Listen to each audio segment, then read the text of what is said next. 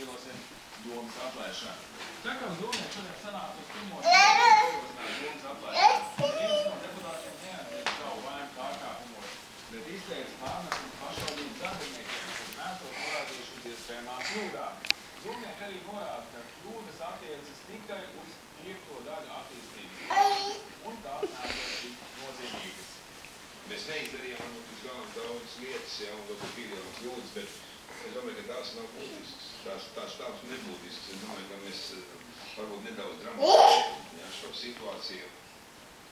Plašāk šīs dienas notikuma izklāsts redzēsiet jau pēc nepilnām 2 stundām ziņās 8, kad plašāk stāstīsim gan par Jūrmalā pazudušo Krievijas izcelsmes miljonāru attīstību Liepājas skolā. Programmas Turpin skatīties romantisko mīlestības stāstu Tatjana dienu un veiksmes spēli Zelta grūti.